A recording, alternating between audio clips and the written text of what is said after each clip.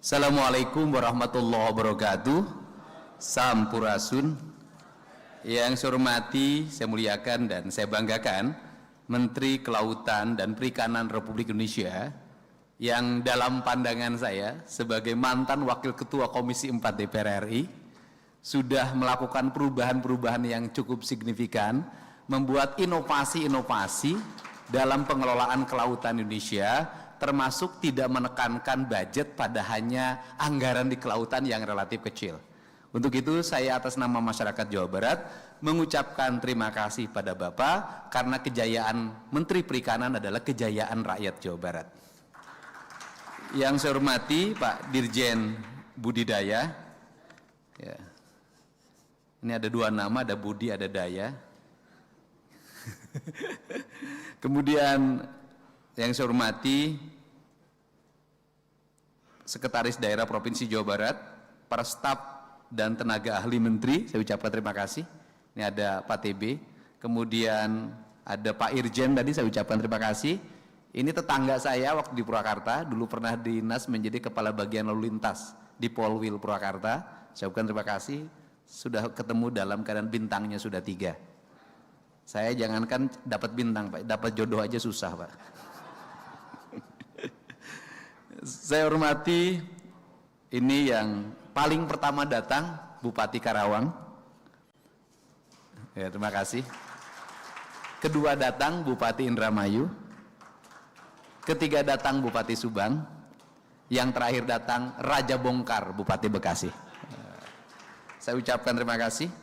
Hadirin yang berbahagia, kita memahami bahwa ada culture Pak Menteri yang harus dirubah dalam mindset berpikir rakyat kita. Laut itu adalah kekayaan alam Indonesia yang paling besar. Tetapi sampai hari ini fokus berpikir kita masih di darat. Masih berebut cari rezeki di darat dan hampir melepaskan laut yang luas. Di hulu kita tidak menghargai sungai. Rumah-rumah membelakangi sungai, membuang limbah rumah tangga ke sungai, membuang limbah industri ke sungai, dan pada akhirnya bermuara ke laut. Problematika di darat akan menimbulkan kekacauan di laut. Perspektif itulah yang mendorong kami untuk terus-menerus melakukan pembenahan, membongkar kembali bangunan-bangunan di bantaran sungai di seluruh provinsi Jawa Barat, menanami pohon kelapa dan kedepannya akan dijaga oleh satuan marinir. Ini adalah cara untuk mengembalikan kembali kejayaan tanah kita dan kejayaan laut kita. Hulunya mengalami problem sedimentasi, pembalakan liar, perubahan areal hutan menjadi kebun sayur, melahirkan bongkahan-bongkahan tanah yang terus menguruk sungai, yang pada akhirnya menjadi problem di muara. Efek dari itu adalah pendangkalan muara sangat tinggi, pendangkalan aliran sungai sangat tinggi, dan biaya recovery-nya mahal. Biaya recovery mahal yang dilakukan oleh Kementerian PU terhadap upaya pengerukan sungai berhadapan lagi dengan apa? Perubahan daerah bantaran sungai yang sudah bersertifikat dan berbangunan beton. Problematika ini harus diselesaikan dan saya mentargetkan dalam 2 tahun di Jawa Barat tidak ada lagi bangunan liar di sungai, tidak ada lagi sertifikat tanah di daerah sungai, tidak ada lagi pendangkalan muara. Yang berikutnya adalah aliran sampah. Problematika pengelolaan sampah di hulu itu berdampak pada dengan mudahnya orang mengalirkan sampah ke sungai, baik sampah rumah tangga maupun sampah yang dikoleksi dalam sebuah rumah tangga, yang pada akhirnya laut itu menjadi kumpulan dosa. Karena laut menjadi kumpulan dosa, maka laut mengalami problem lagi, mangrovenya dibabat, terjadi abrasi, lahirlah lingkungan-lingkungan kumuh sepanjang pantai. Anak-anak tidak diarahkan untuk memahami laut secara utuh, sehingga orang berpandangan sepanjang garis pantai adalah sepanjang pandangan yang tidak menyenangkan, yang dianggap sebagai basic kemiskinan. Padahal dalam perspektif kemanusiaan, kebahagiaan itu selalu ingin didapatkan di dua tempat. Satu, kebahagiaan itu ingin didapatkan di pantai. Dua, kebahagiaan ingin didapatkan di gunung. Di pantai, orang ingin menikmati matahari terbit.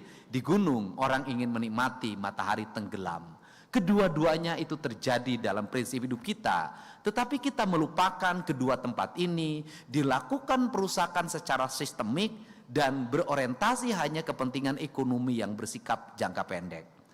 Hari ini rakyat Jawa Barat, khususnya di Kabupaten Bekasi, di Kabupaten Karawang, di Kabupaten Subang, dan di Kabupaten Indramayu memiliki secercah harapan. Garis pantai yang selama ini abrasi, terutama di Pakis Jaya, nanti harus ada recovery dari Kementerian Kelautan, itu akan berubah menjadi areal budidaya. Budidaya itu bertujuan bukan hanya sekedar untuk mengembangkan ikan air tawar atau kemudian juga ikan tambak. Tetapi yang lebih penting dari itu adalah membangun ekosistem pantai. Ekosistem pantai itu terdiri dari mangrove, kemudian muara pantai yang terurus, sistem budidaya yang memiliki basic ekologi, kemudian orang yang mengelolanya didasarkan pada kebutuhan akan pakan ternak yang memiliki efek lingkungan yang membangun ekosistem perairan. Kemudian anak-anak muda yang dididik secara baik bagaimana mengembangkan budidaya yang berdasarkan hitungannya tadi hampir 120.000 tenaga kerja, ditunjang oleh sistem transportasi laut dan transportasi darat yang terkoneksi, jaringan informasi yang terkoneksi, sarana pendidikan yang saya tekankan tadi, sekolah-sekolah kelautan atau SMA yang memiliki kelas khusus kelautan yang harus dibangun di daerah-daerah pantai, rumah sakit nelayan, baik rumah sakit di pantai, di daratan, atau Pemda Provinsi Jawa Barat harus segera membeli kapal nelayan yang di dalamnya ada rumah sakit nelayan yang bisa bergerak melayani nelayan dari satu pesisir ke pesisir lain secara bergiliran. Setelah itu, Dinas Perhubungan membangun fasilitas jaringan landasan pesawat sepanjang 2 km jalan berbeton yang bisa digunakan oleh pesawat-pesawat kecil untuk mengontrol sampah, mengontrol jaringan aliran sungai, kemudian mengontrol masyarakat yang bisa digunakan sebagai ambulan udara. Perspektif itulah bagian dari komitmen kita bahwa Jawa Barat adalah daerah perairan. Daerah perairan yang subur disebutnya Cimahi, daerah perairan yang susah itu disebutnya Cisaat. Tepuk tangan ini kan itu. Nah, perspektif itulah yang sebenarnya, jadi kalau kita ngomong branding, jadi branding laut itu sudah diberikan oleh leluhur kita.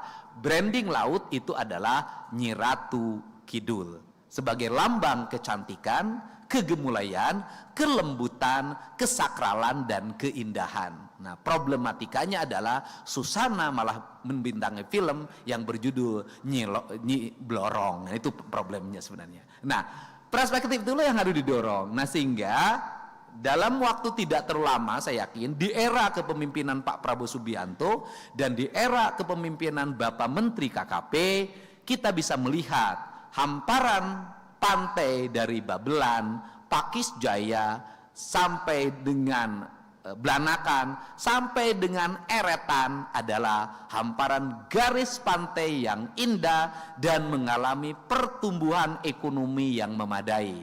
Disinilah kita memulai, hari ini kita memulai menandatangani, dan saya ucapkan terima kasih. Kami tidak mungkin meraih dana lebih dari 2 triliun untuk membangun wilayah itu, ngumpulin pajaknya lama dan susah. Hari ini kemakmuran rakyat Jawa Barat terbantu dengan kebijakan Presiden Bapak Prabowo Subianto dan dilaksanakan secara teknis oleh Bapak Menteri yang langsung mendapat wahyu dari Allah Subhanahu wa Ta'ala. Ya gitu.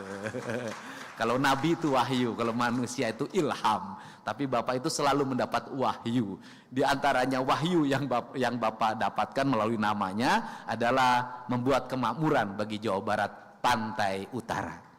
Setelah itu, apa yang harus disiapkan oleh Menteri KKP dan oleh Dinas Kelautan dan Dinas Perumahan Pemukiman adalah menyelesaikan seluruh perumahan pemukiman nelayan, baik di garis pantai utara maupun selatan, sehingga tidak ada lagi perumahan kumuh di Jawa Barat yang berada di garis pantai. Walaupun rumah sederhana orang pantai bahagia, tetap saja kasat mata BPS dan kasat mata pandangan kita, rumah harus tertata dengan baik dan harus bersih. Selain itu, nanti saya mengajak pada bersama-sama dengan Pak Menteri, satu, membenahi keramba di Jatiluhur, Cirata, dan Saguling. Membenahi eceng gondok yang sudah tingkatnya mencemaskan, merecovery lingkungan sehingga tidak terjadi sedimentasi dan pencemaran merkuri yang tumbuh akibat peternakan yang terlalu berlebihan. Yang kedua, merecovery daerah laut pantai Palabuhan Ratu agar yang di Palabuhan itu ratu, bukan sengseong. Nah, itu penting, Pak. Seng-seong udah ngerti orang Subang. Nah, ratu sehingga menjadi tertata, dan saya meyakini kalau seluruh garis pantai Jawa Barat tertata, sungai-sungainya bersih, sedimentasinya terselesaikan, kemudian garis-garis sepadan sungainya berjejer nyiur, pantai-pantainya melambai nyiur, dan mangrove, saya yakin Gemah Ripah Repeh Rapi akan segera terwujud, Indonesia maju akan menjadi kenyataan.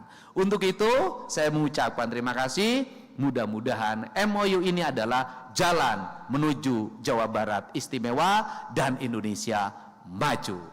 Terima kasih, saya tidak akan terlalu panjang karena saya datang ke sini bukan hanya menandatangani MOU, tapi cari jodoh juga. Terima kasih. Wallahu muwaffiq ila aqwamit thoriq. Assalamualaikum warahmatullahi wabarakatuh. Sampurasun.